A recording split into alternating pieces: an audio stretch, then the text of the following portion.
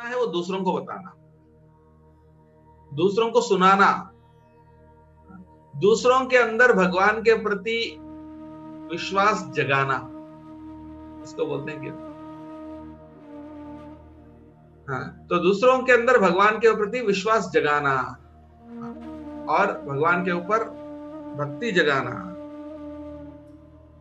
तो कीर्तन का मतलब यह है कि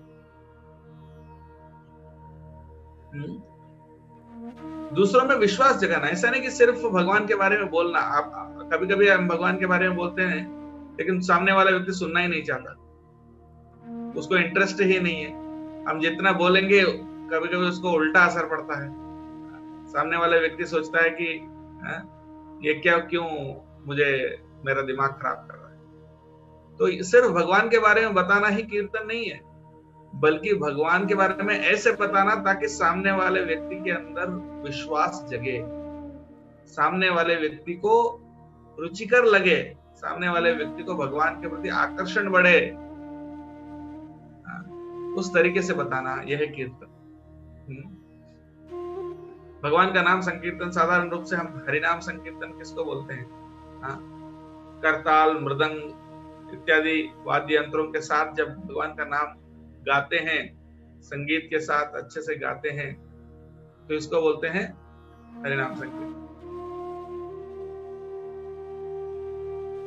तो लेकिन सिर्फ संकीर्तन का मतलब सिर्फ ये नहीं है कि करताल मृदंग लेकर भगवान का नाम गाना, ये तो एक प्रकार का संकीर्तन है, लेकिन संकीर्तन कई प्रकार का होता है। भगवान का गुणगान करना, भगवान के बारे में बताना, ये भी संकीर्तन। अभी जैसे मैं अभी आपको बता रहा हूं और आप लोग सुन रहे हैं, तो मैं अभी जो कर रहा हूं ये भी कीर्तन है, और आप जो कर रहे हैं ये श्रवण है। तो कीर्तन यानी भगवान का गुणगान करना। कीर्तन कई प्रकार का होता है, 4 प्रकार का होता है। कौन सा? नाम कीर्तन,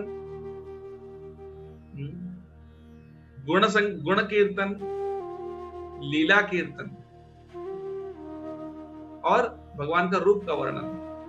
भगवान का नाम का कीर्तन करना, भगवान का रूप का कीर्तन करना, भगवान की के उनके दिव्य गुणों के बारे में वर्णन करना या उनकी लीलाओं के वर्णन करना। इस प्रकार के 4 प्रकार के कीर्तन। तो ये सभी कीर्तन है। कीर्तन का मतलब ये नहीं कि सिर्फ भजन जो मंदिर में गाते हैं या हरे कृष्ण मंत्र का जो कीर्तन करते हैं, सिर्फ वही कीर्तन नहीं है, बल्कि भगवान के बारे में, सिर्फ भगवान के बारे में नहीं, भगवान के भक्तों के बारे में भी, भगवान की भक्ति के बारे में, भगवान के बारे में और भक्तों के बारे में। 3 चीजें, भक्ति, भक्त और भगवान। इन तीनों में किसी भी चीज के बारे में आप अगर बोलते हो तो ये कीर्तन है।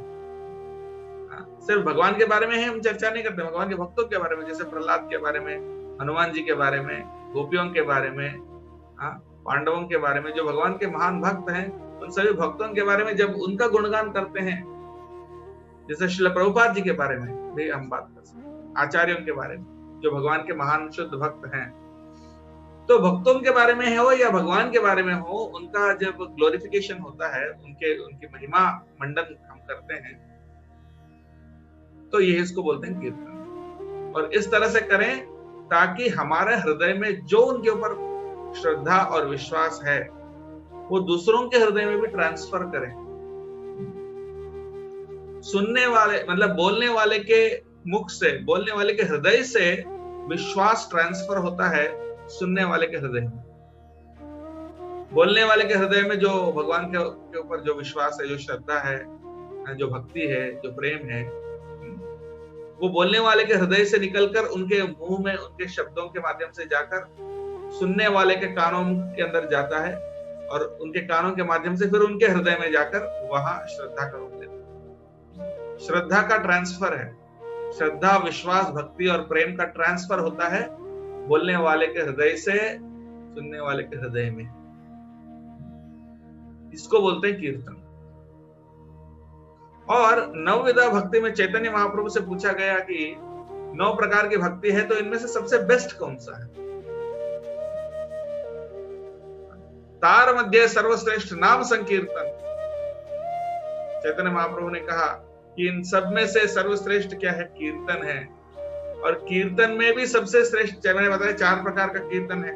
भगवान का नाम, भगवान का रूप, भगवान के गुण और भगवान की लीला, इन चारों का कीर्तन है। पर इनमें से भी सबसे बेस्ट कौन सा है? नाम संकीर्तन, भगवान का नाम का संकीर्तन, ये सर्वश्रेष्ठ है। लेकिन वो जो नाम संकीर्तन के साथ दूसरे भी रहना चाहिए,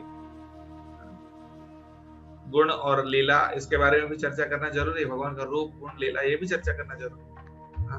जब राजा जाता है अकेले नहीं जाता है, राजा के साथ मंत्रियां भी जाते हैं, रानी भी जाती हैं, राजा के साथ उनके जो सैनिक वगैरह, सैन्य, वो सब भी जाते हैं, है ना। तो भक्ति में अलग अलग अंग हैं, उन सबका राजा कौन है? नाम संकीर्तन। नाम संकीर्तन भक्ति के अंगों में उनका राजा है। लेकिन अकेले नाम संकीर्तन नहीं करना, उसके साथ में श्रवण भी करना चाहिए, भगवान की लीला कथा भी सुनना चाहिए। उसी प्रकार से स्मरण करना, वंदन करना, दास्य मतलब सेवा।